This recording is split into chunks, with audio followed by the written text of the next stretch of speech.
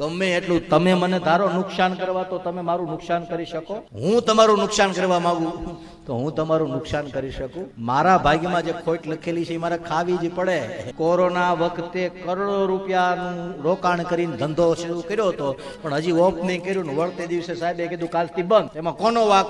કોનો વાક? તમે કોને દોષ દઈ શકો? નહીં, ભાગ્યમાં રહેલી ખોટે ખાવી પડે અને ભાગ્યમાં રહેલો નફો. હા, તમારા ભાગ્યમાં રહેલું સુખ ભગવાન જગાડે ને કે રામચરણ બાપુ થોડા મહંત હોય એ તો જગાડે ભગવાન. ગમે ત્યાંથી તમે ગમે એટલા ડાયા થાવ, ગમે એટલી તમારા ભાગ્યમાં ન હોય તો ગમે એટલી મહેનત કરો અને જો કાંઈ લેવા દેવા નહીં, જો બેઠા છે ક્યાંક પધરામણી જવું કે આખો ગાડી કોક આખશે, ડીઝલ કોક ભરાવશે ને કવર ખિસ્સામાં નાખશે. ભગવાન ભાગ્યમાં રહેલું સુખ તમે મા બાપ છોડી દો, ગામ છોડી દો, બધું છોડી દો, તોય સંતોની પાસે જાય લોકો અને એમ કે લ્યો બાપુ આ ફોર્ચ્યુનર તમે આપો. કેમ? એમાં બાપુ નહીં, એના ભાગ્યમાં રહેલું સુખ છે. લોકો જગાડીને દે કે લ્યો બાપુ આ તમારું સુખ છે, તમારે રાખવાનું છે. સુખ, હાનિ, લાભ, ભગવાન, જશ, અપજશ.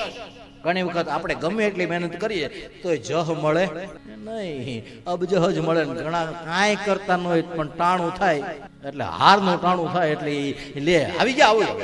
પછી ઓલા બિચારા અઠવાડિયાથી મહેનત કરતા હોય ને એ એક સાઈડ થઈ જાય, ઓલો બિચારા પહેલો વહેલો આવ્યો સીધો કે લ્યો ફેરાવો આને. તો જશ અપજશ આ 6 વસ્તુ ભગવાનના હાથમાં છે, 6 વસ્તુ આપણા હાથમાં છે.